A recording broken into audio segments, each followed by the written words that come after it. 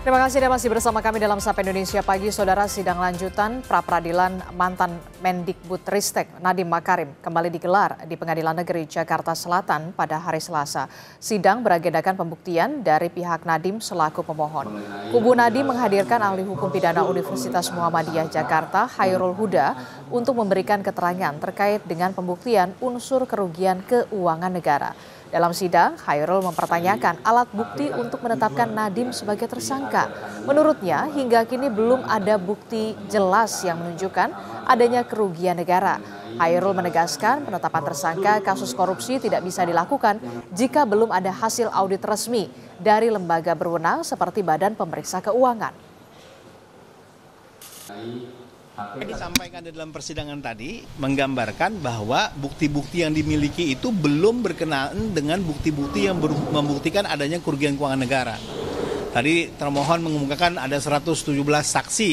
Nah, keterangan saksi tidak membuktikan kerugian keuangan negara. Kerugian keuangan negara harus dideklar oleh BPK, harus dilakukan oleh tim audit negara. Nah, ini yang menjadi crucial point gitu ya. Jadi boleh saja sudah ada alat bukti, boleh saja alat buktinya lebih dari 2. Tapi kalau tidak ada relevansinya dengan pembuktian kerugian negara, maka belum ada alat bukti yang cukup untuk menetapkan orang sebagai tersangka. Sebelumnya, Saudara, Kejaksaan Agung menetapkan mantan Menteri Pendidikan, Kebudayaan, Riset, dan Teknologi Nadiem Makarim sebagai tersangka korupsi dugaan korupsi pengadaan laptop Chromebook pada 4 September lalu. Nadiem diduga telah menyepakati dan memerintahkan penggunaan laptop Chromebook sebelum pengadaan dimulai. Pengadaan laptop Chromebook menjadi bagian program digitalisasi pendidikan 2019 hingga 2022.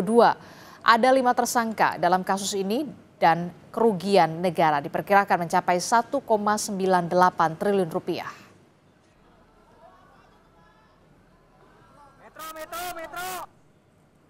Dan hari ini, Saudara, sidang pra-peradilan gugatan status tersangka korupsi laptop Nadiem Makarim kembali dilanjutkan. Kita akan tanyakan kepada jurnalis Kompas TV, sudah ada Nanda Aprilia dan juru kamera Feritska Immanuel di Pengadilan Negeri Jakarta Selatan. Selamat pagi, Nanda. Nanda, setelah sidang sebelumnya pihak Nadiem selaku pemohon ini mengajukan saksi untuk pembuktian.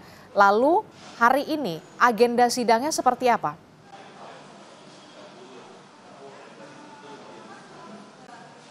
Selamat pagi, Adisti dan juga saudara. Betul sekali, kemarin di sidang lanjutan pra-peradilan untuk mantan Mendikbudristek Nadiem Makarim adalah pembuktian dari pihak pemohon, artinya dari pihak Nadiem Makarim. Pembuktiannya dilakukan dengan cara menghadirkan ahli hukum pidana yakni Profesor Khairul Huda berserta juga dengan berkas-berkas atau dokumen yang merupakan keputusan selama Nadiem Makarim menjabat sebagai Mendikbudristek. Ada sebanyak 186 dokumen kemarin yang juga turut disertakan. Nah, agenda hari ini, Adis dan juga saudara, adalah agenda untuk mendengarkan dari pihak termohon, artinya dari jaksa dari Kejaksaan Agung. Jadi artinya nanti jaksa dari Kejagung akan membuktikan apa-apa saja tuduhan yang memang menjadi landasan penetapan Nadiem Makarim sebagai tersangka. Karena tadi juga sudah dijelaskan sebenarnya penetapan Nadiem Makarim sebagai tersangka ini diakui oleh jaksa dari Kejagung. Setidaknya mereka memiliki 4 alat bukti yang dimana ini juga diatur berdasarkan dari pasal 184 KUHP. Salah satunya beberapa diantaranya adalah alat bukti surat, alat bukti saksi. Nah, ini yang kemarin kalau saya cermati yang menjadi sorotan pada saat pembuktian dari pihak pemohon atau dari pihak Nadiem Makarim. Ahli yang dihadirkan dalam muka sidang kemarin ditanya banyak oleh pihak Nadiem terkait dengan keabsahan alat bukti. Yang pertama, alat bukti surat yang memang diakui sebelumnya dari pihak jaksa penyidik Kejagung bahwa alat bukti surat ini berdasarkan dari hasil audit BPKP yang dimana mereka sudah melakukan ekspos pada beberapa hari sebelumnya sebelum penetapan Nadiem Makarim sebagai tersangka. Nah, surat ini, alat bukti surat ini, Adisti, dipertanyakan oleh pihak pemohon Nadiem Makarim kepada ahli kemarin. Artinya kalau mendengarkan apa yang disampaikan oleh ahli Khairul Huda bahwa dengan adanya alat bukti surat ini dinilai masih kurang kuat berdasarkan landasan hukum. Karena kenapa?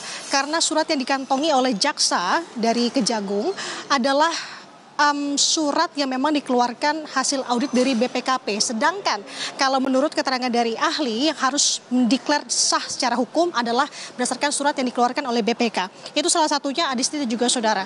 Nah, kita akan cermati, kita akan lihat bersama nantinya juga akan dikeluarkan BAP pemeriksaan Nadiem Makarim ketika memang sudah ditetapkan sebagai tersangka. Ini yang menjadi pertanyaan juga oleh pihak Nadiem Makarim karena kuasa hukum menyebut bahwa Nadiem setelah ditetapkan sebagai tersangka tidak ada pemeriksaan ia sebagai tersangka, bahwa padahal ada alat bukti saksi yang di sini adalah merupakan saksi-saksi yang memang sebelumnya tidak dikonfrontir ataupun tidak dikonfirmasi terhadap Nadiem Makarim setelah ditetapkan sebagai tersangka. Ini yang jadi pertanyaannya juga. Kita akan lihat bagaimana nanti BAP, kemudian juga alat bukti lainnya, setidaknya ada 4 alat bukti yang memang sudah dikantongi oleh jaksa dari Kejagung dalam penetapan Nadiem Makarim sebagai tersangka dalam kasus dugaan korupsi ini.